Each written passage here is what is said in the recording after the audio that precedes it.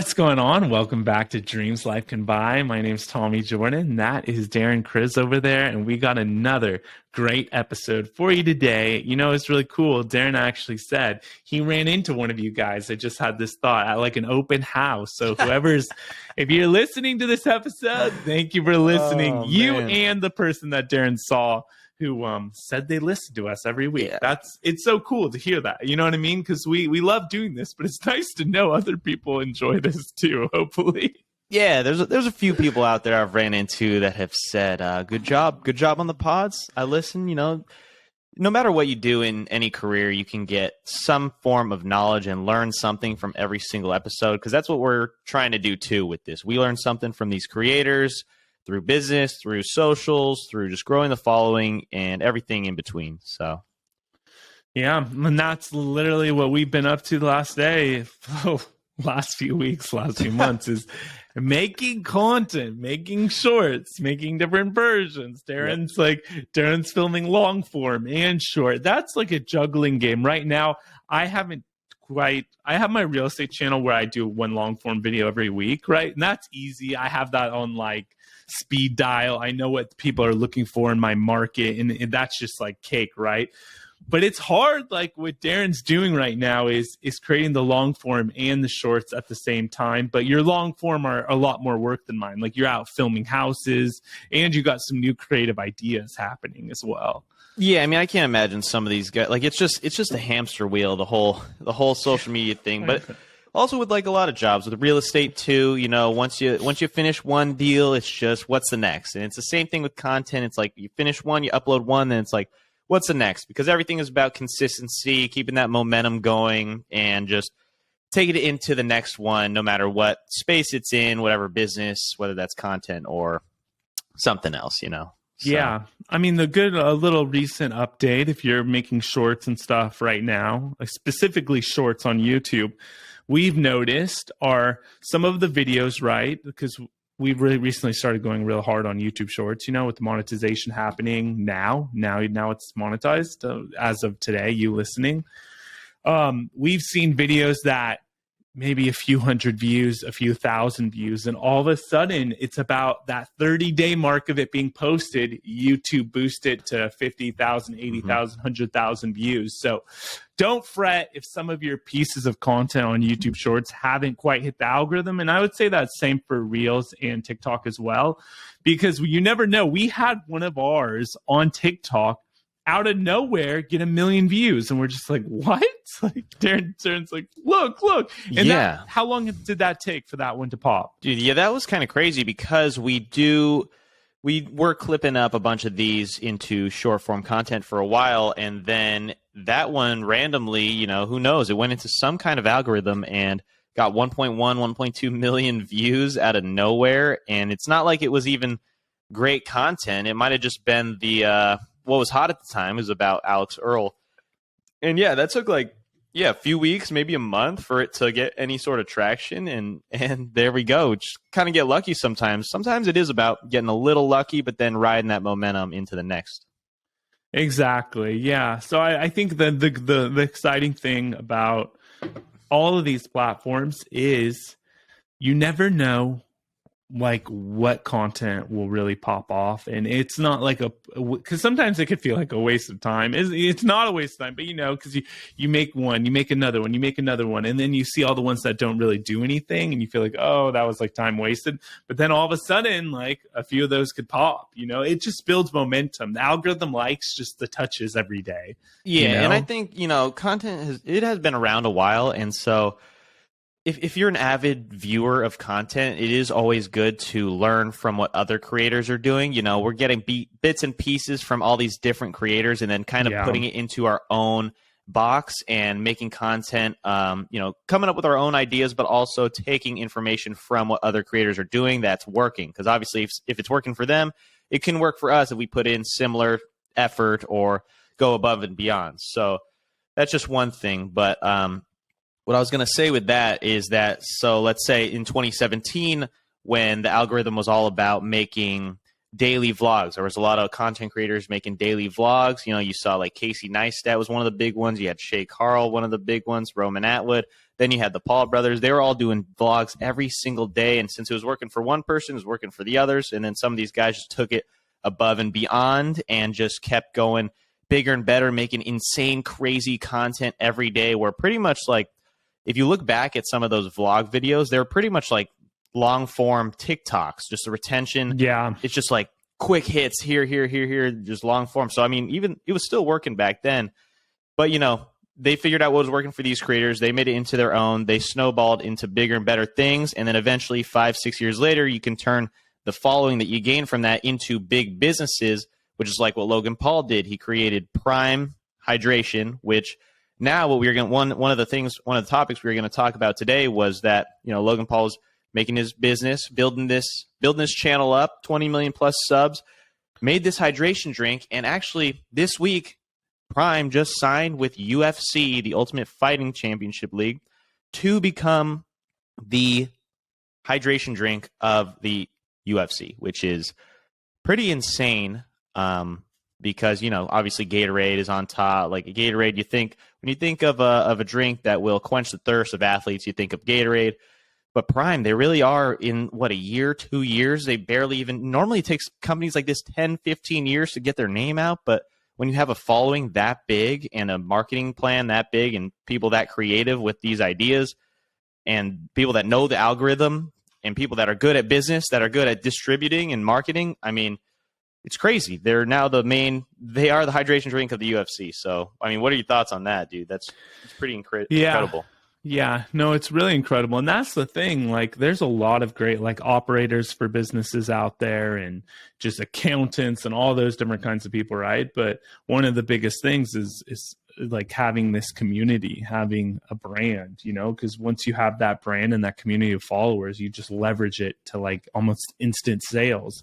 And especially a lot of times like sales with following. So say if you have like 1 million followers, maybe, you know, 5% might purchase from you. Well, that's a big number, you know? So then when you're talking like 20 million followers, and then he probably has a TikTok with tens of millions, and you add up all the views and everything, and then you have another superstar celebrity like KSI attached to it with Logan Paul. So KSI is awesome because he's international appeal. I mean, so would be Logan Paul would as well, but KSI is from the UK, right? And then so it's like, man, Europe, America. I mean, it was genius for those two to team up. But yeah, once you do that, it's like boom, game over. And that's what we talk so much about, just like building that following, because you don't have to be the best business minded person or anything like that, because you could find those people along the way that have been, you know, with doing vitamin water with 50 Cent and, you know, like all these different brands and stuff, right? You can branch out into anything after you have the following, obviously, you know. I mean, whatever you are passionate in, as long as you figure out what can get the following at first, then you can reinvent yourself, because it is just on the internet. You know, people don't really know the real you, like truly, even though you're trying to put your life on the internet and portray who you want to be to these people that are listening and watching you.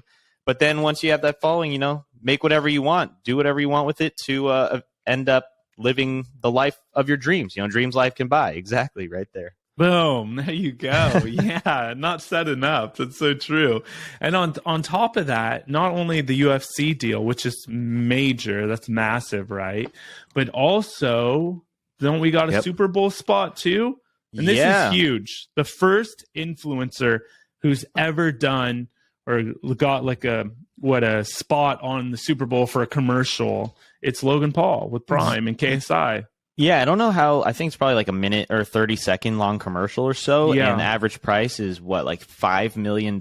So, yeah. But even though people don't technically watch commercials these days, the Super Bowl is that one exception where people actually do tune in for the commercials. There are a lot of people that only watch the Super Bowl for the commercials because they're usually different. They're pretty interesting. And I am interested to see what kind of commercial they come out with. It's got to be something pretty different, pretty funny. It's not just going to be like, oh, Prime Energy, Prime Hydration. It's going to be something that they like, these guys are known for their creative side and their marketing. So I'm sure they have worked months and months on this. Yeah, and they just announced last week.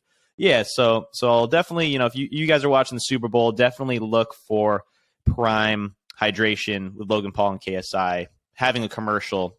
And we'll see. We'll see if it does good. We'll see if it starts like trending on Twitter. After the Super Bowl, if you check Twitter, usually whatever's trending, the first 5 things aren't about the game. It's always about the commercials, so or it's always the musician, like whoever dances. Yeah, those halftime show. Rihanna this year. Okay, there you go. Yeah, so yeah, I mean, those are usually the big things, and all this really just comes down to marketing, and that's what we talk about a lot because it's all just content. It's the one event every year that has the most eyeballs on the screen than any other event, and it's been like this was a thing before YouTube was a thing too, where everyone was on it, and the fact that it's still this big is pretty impressive with how content has been going in the last few years too. So it's cool to see that creators got a commercial now. I mean, this is just first of many to come. Yeah, this is just the start. And it's funny, like me, I'm not even like a fan of football or anything, but I just can't get these words out of my head. You jabroni. With the Kels guy. Oh, yeah. Have you seen that clip? Yes. Right after he won in his interview. To the mayor. No, he's the jabroni. Man, dude. He's really cool. And that's interesting, right? So all these clips of what the Kels brothers or whatever and what's happening with the mayor. The brothers are both in the Super Bowl. That's really cool also. Which first time in history, I think, 2 brothers have been in the Super Bowl. And I know that because of TikTok. So think about, like, if you have, I don't know, think about this, Darren, okay? If I was the NBA or the Super Bowl, I think just spit. Oh, that was gross. Good thing you're not watching and listening. Make sure to leave a comment and a review on Apple or Spotify or wherever. It will help us out a lot. And also to like and subscribe if you're on YouTube. Thanks. Yeah, it really helps us to grow. There's a lot of you listening and not yet subscribed, so please. But if I was one of these major like sport leagues, what I would do is see if you could get a few scripted fights or scripted moments and then get the clips for TikTok and stuff. Or naturally, there's thousands of people in the stadium that are going to record it. And you could like help your league or whatever go more viral. Because like right now with the whole NFL and stuff, everything that's been happening, like the guy who got hurt and everyone like prayed on the fields and all these things, I wonder how that's helping the NFL or these different get more views, get more viewership. I don't know. I mean, already I know they're massive, and do they need TikTok or not? No. But I wonder how much something like that could help the Super Bowl get more views. I don't know. It's interesting. Dude, I think it could help tremendously. Yeah. And I think like the NBA is probably doing the best job at it because there are so many different clips that just you see from the NBA. Like I don't know if you saw this one clip that happened last week during the Laker game, but there was like a really bad foul on LeBron James, and one of the players on the Lakers went to a camera guy, took his camera, and went to a photo that the camera guy took of the player on the Celtics slapping LeBron's arm, showing that it was a clear foul because the ref didn't call the foul. And so he took the camera up to the referee and he said, "Look, that's a foul on the camera." And that clip went super viral. And then the referee gave him a technical foul instantly. You can't bring a camera over to the ref and show him that this is what you didn't see, And so, like, that clip went insanely viral, and they're saying that's one of, like, the funniest moments in NBA of all time. Like, wow. No one's ever done that. But, like, yeah, a clip like that does bring I'd say 99.9% of people that saw that clip didn't even see the game or maybe even the play. So it's just that short-form content, even in anything, will just bring massive attention to these companies. And I think, they gotta really just go in on that. Yeah, well, I'll tell you, the NBA is doing a good job because their TikTok right here has 18 million followers, 330 million likes, and they're posting 3 times a day. Wow. So that's actually not that much. That's not that many times a day, honestly, for an account like that you really can have unlimited content because there's games going on every day. What's the one called? Like House of Highlights or whatever? Yeah, exactly. That's a crazy account because that was started by like a random kid like 10 years ago. And he got signed by like I don't know exactly the story, but he got signed by ESPN or something, and now he's just fully making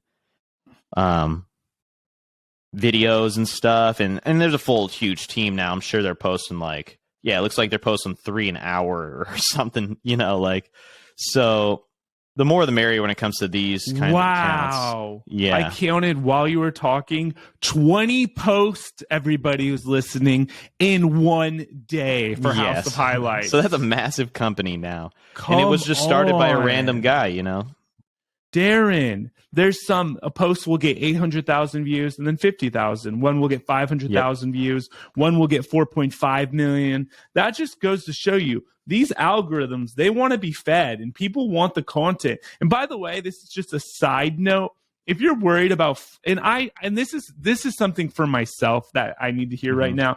If you're worried about your followers seeing you too much, let me tell you something. They're following usually hundreds of, if not thousands of people. And you're lucky if you post 4 times a day and they see one of your clips. Yeah. So this is just proof.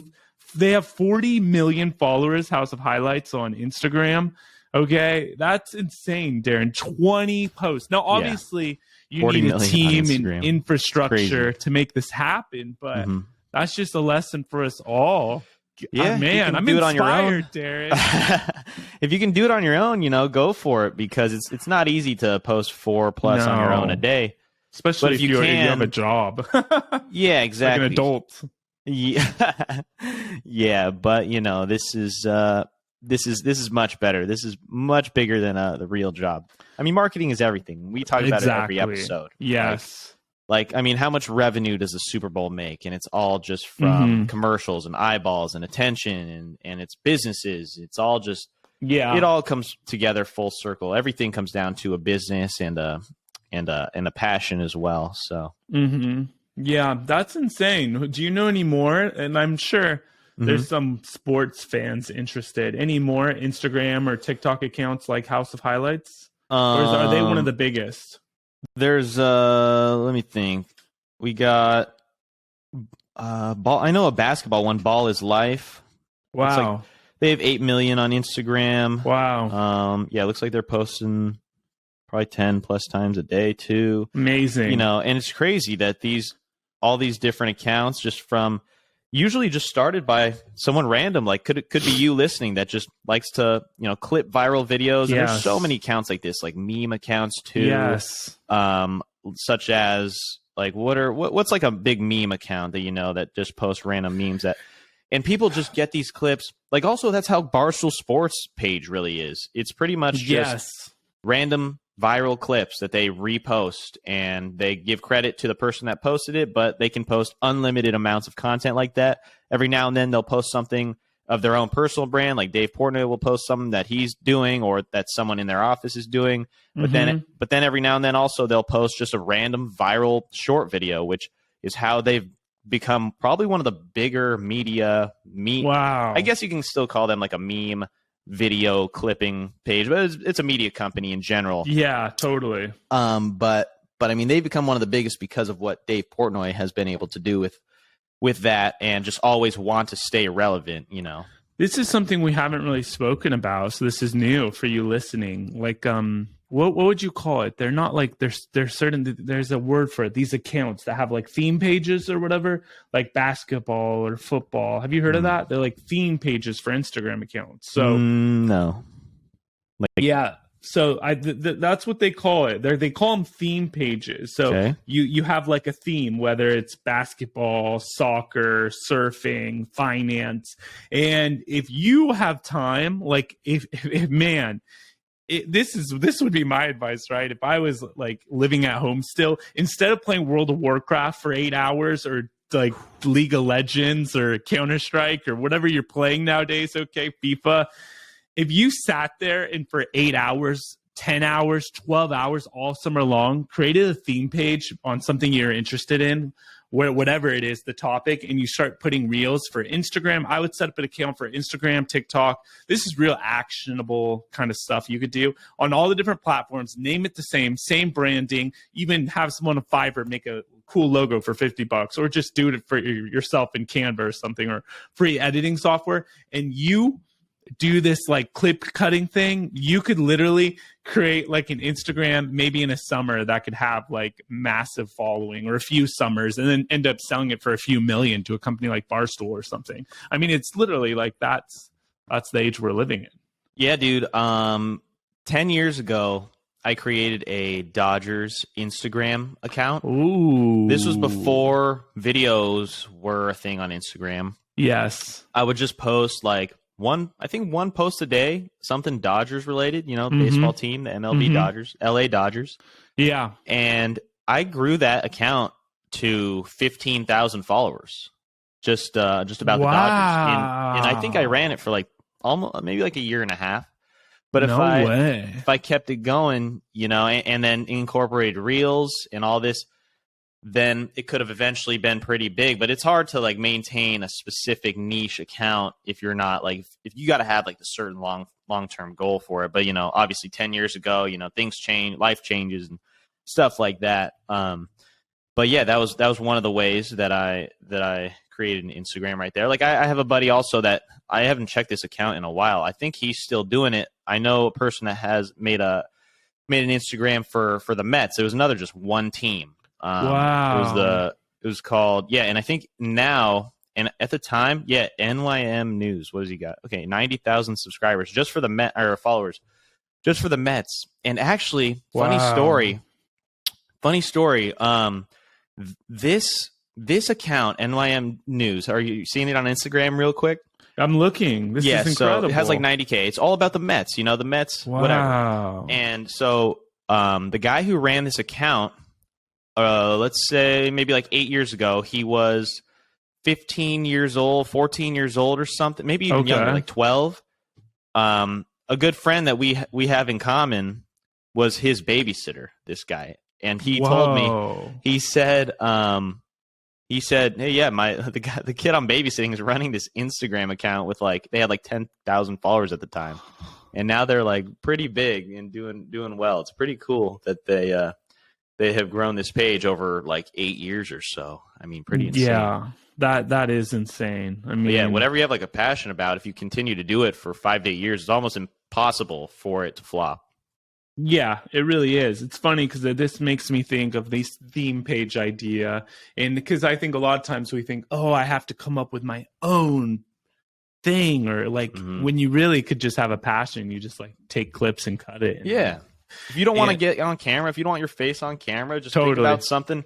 That's what Gary Vee says. I'm sure there's like, what's the biggest Instagram Smurf page? Like someone that has a passion about Smurfs. Doesn't Gary Vee always talk about? Yeah, that's he like says a big stuff thing like that. Yeah, all the time. Whatever there is, you can make an Instagram. Once you have a big Instagram account, that's where people are like reaching out to you. You're getting like, brand deals. You're getting things like that, and then you could eventually leverage that into like a channel and figure out somehow how to monetize. Obviously, which is what we talked about: monetize your brand and your following.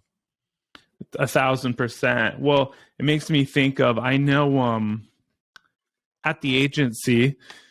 That's the brokerage I'm with. And it's funny because I never talk about it, because nowadays being a realtor, it's really about your own brand, not really even like the brokerage you're with. But I have my license there. And there was these two guys, okay, they're from Canada. And you've seen it. It's like luxury mansion, luxury houses and stuff. And they have in it these two Instagram pages. And I know for one of their pages, it's around 1 million followers. They were charging agents because they claimed with that following of 1 million people, like agents were actually putting like, so what they would do, say I have a house I'm selling here in Palm Springs for like $3 million, right?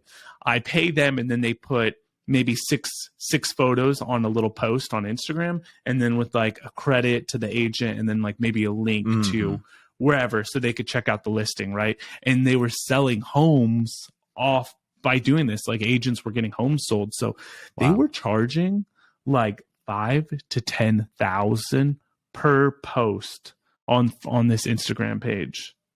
I don't know how many followers did they have when they had. Well, one page it was around 1 million for the one page, so 5 to 10 grand for Oh, okay. So I mean, and then you got to tell your client, well, this post just got 200,000 eyeballs, or I don't know, but they had a lot of data to kind of back it up. So then you could give that to your client to just, and some of this stuff, honestly, like realtors do a lot of stuff sometimes, like open houses or things, just because then it shows your client like, hey, I'm actually working. I'm, marketing your property. And it's not a bad idea if you're selling like a $50 million house, you spend, 20,000 on digital advertising and maybe $5,000 of it's for a few of these big pages. But yeah, it just goes to show you like what are those guys doing?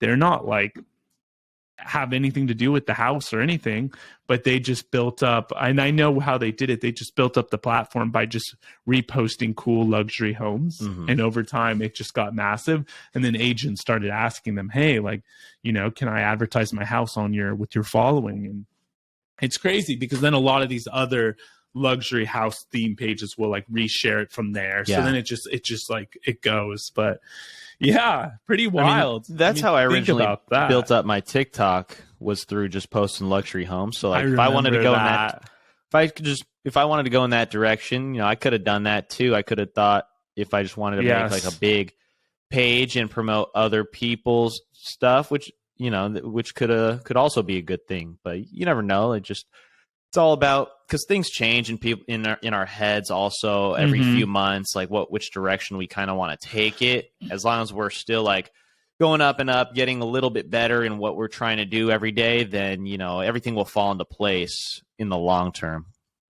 Exactly. Yeah, you have to really just you're like us, we're always pivoting, always trying to figure out, but I think that time and time again, what we always come back to is like, just got to grow that personal following, got to grow that brand. Exactly. That's like time and time again. Like, if Darren did early on in TikTok, he did these luxury homes, and he kept, because I actually got my TikTok to 50,000 by like taking all these realtor clips, remember? And I was taking like Porsche clips from Beverly Hills Porsche and all these. I remember that garage video you posted once. Remember that? That was like one of your first viral clips. Dude, that got millions. It was of that Resvani tank. Yeah. And I realized, if I add a little caption to each picture of the tank as the camera was going around the car, then it would increase retention because people wanted to see all the crazy features. And that's how I got like over 100% watch time, making it go viral.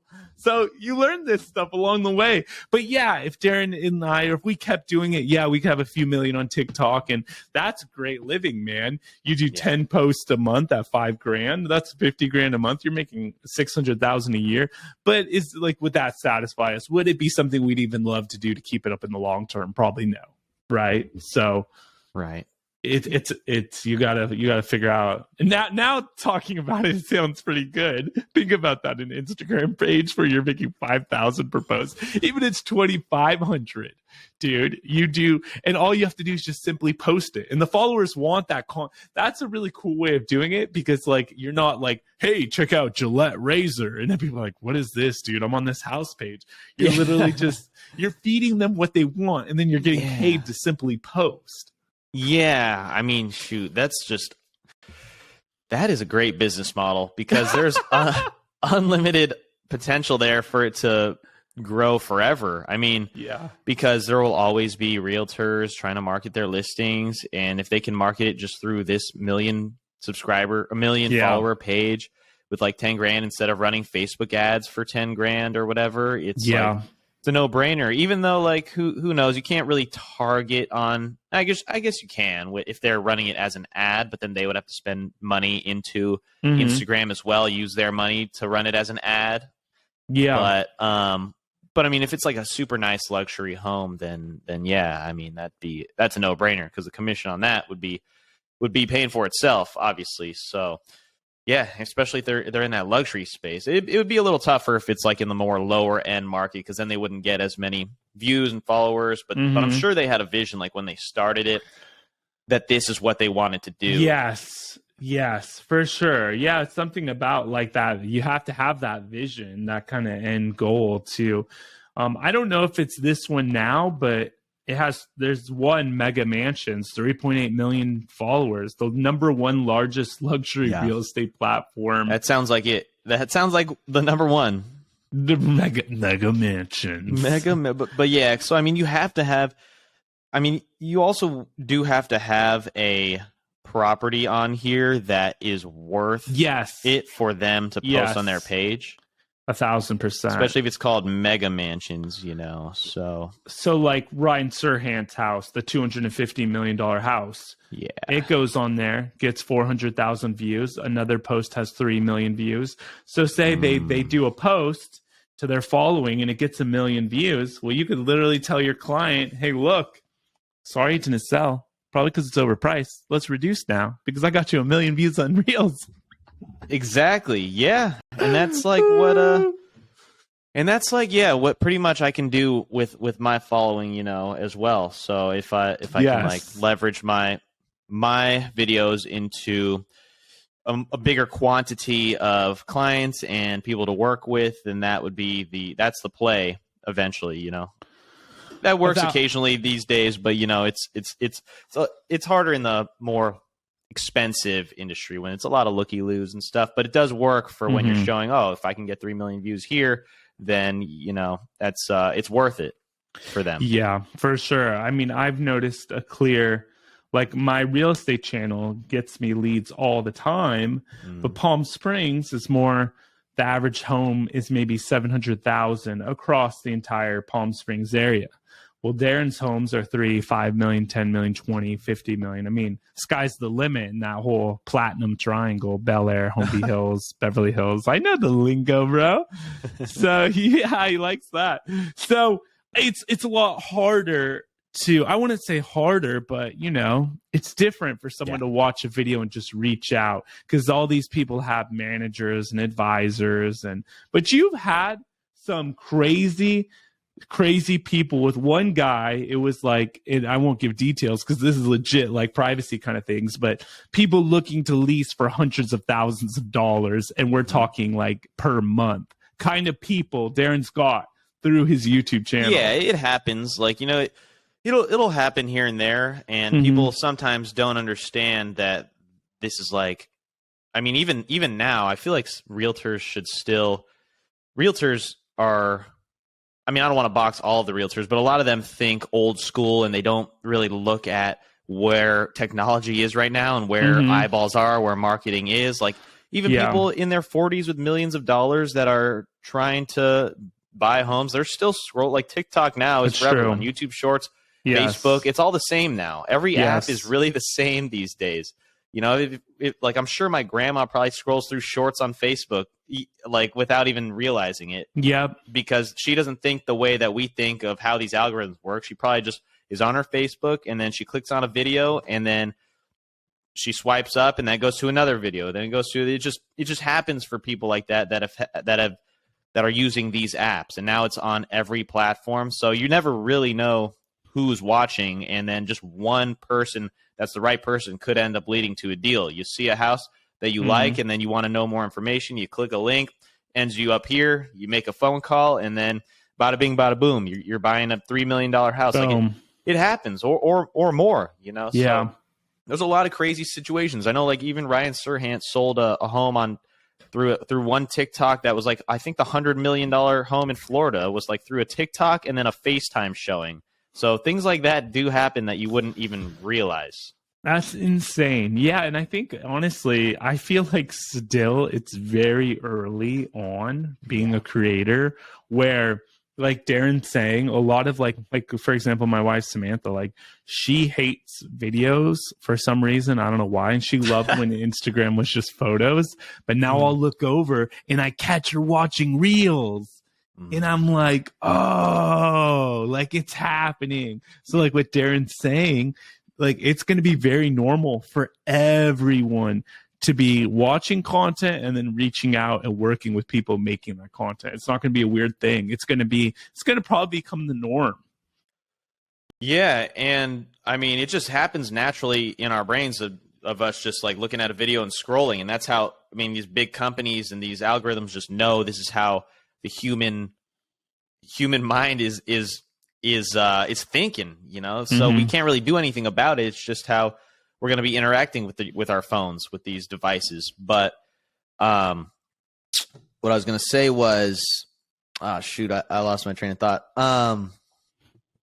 The train ran too away. much, too much going on. Too much going on in the head. Oh, this is what I was going to say. This is a big time for this. This is like a monumental week for this short form content because finally, like we're going to look back on this week in 10 years because it'll never go away. Where YouTube Shorts is starting to monetize this week.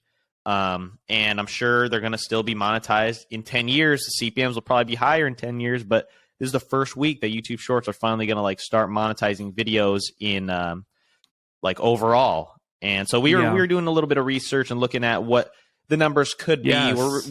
We don't know quite yet, but we're thinking it could be like a 10x CPM than what TikTok is currently. So that would be a big disruptor to the short industry if that's what it'll be.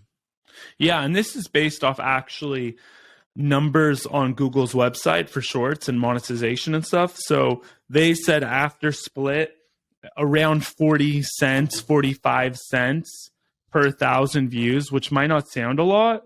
Around that, right? After split, right, Darren? It was around 40 cents. Yeah, like a 40-cent RPM. 40 cents, because originally it was like 90 cents per 1,000. And then once the split happens, 40 cents. So obviously, depending on what niche, it should go up and down, right?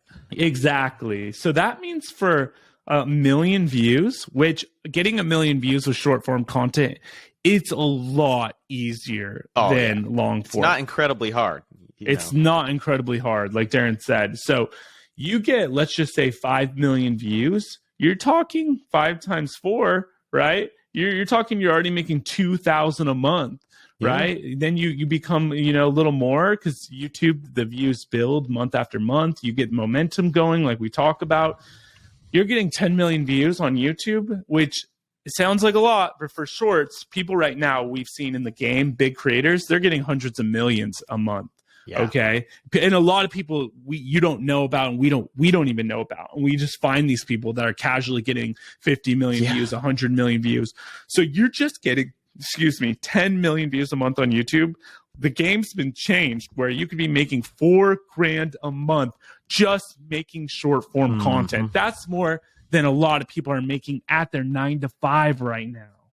Yeah, I mean, it's crazy how we will literally just be randomly searching YouTube and all this, and then we'll look up a creator, we'll check out their social blade, and we'll be like, that person's doing 200 million views that last month.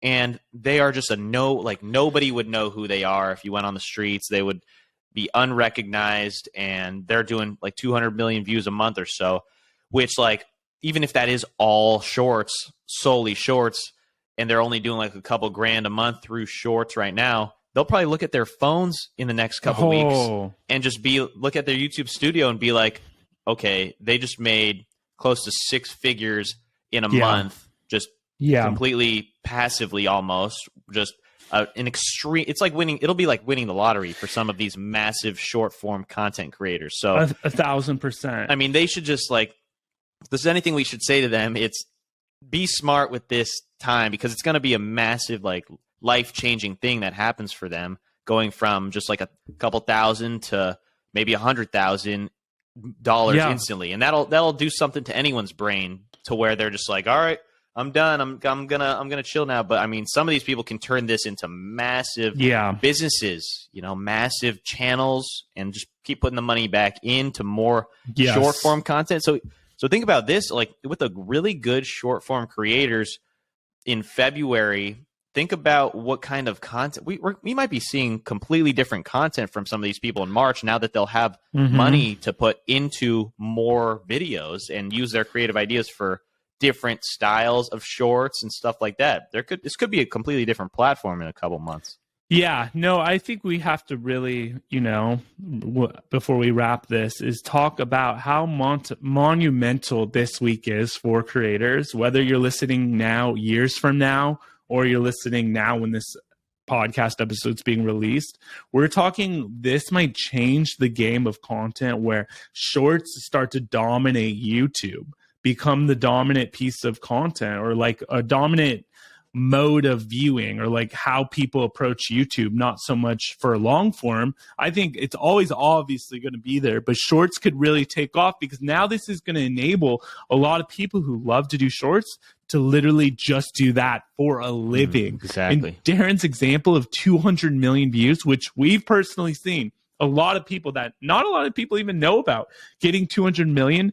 I did the math. That's about 80,000 a month. That's $960,000 in a year. Okay.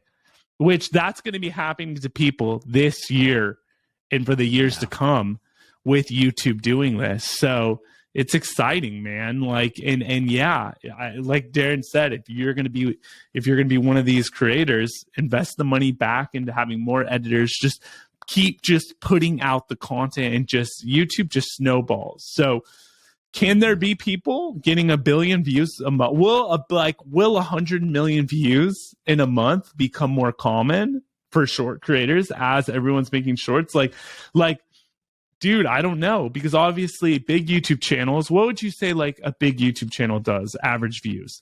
Not like an Eric or like, but someone making a living doing YouTube, someone with over 1 million subs. What's like a reputable number of views a month? What would you say? Like 5 to 10 million long form, I would say. Like 10 million long form.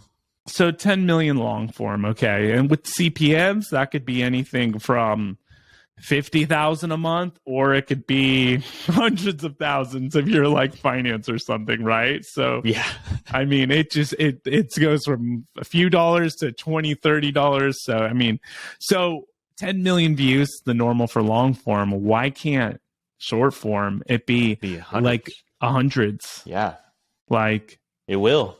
It will, right? We're already seeing it. So that's yeah, it's going to be fun. It's going to be fun. Darren and I are like, we're waiting for those tens of million view videos to pop off. Yeah, we're just thinking, we're just sitting here like, all right, time to start editing, you know? Basically, we'll get off this call, this episode. And yeah, it is crazy how, like, I didn't even really, if you just think about it as a whole, this next month is going to be interesting to see where some of these creators end up doing with their content that have only been doing short form for like 3 years, because they haven't been making much money, but they've been building the momentum. So I mean, you're going to see either creators just completely flop or just go to the moon with people that are solely doing short form content. And so totally, it's going to be interesting, and we'll keep you guys updated that are listening right now to see what's going on. We'll definitely keep an eye on some of the creators that will be flopping or going to the moon. We'll see who does what, and we'll call some of them out as well.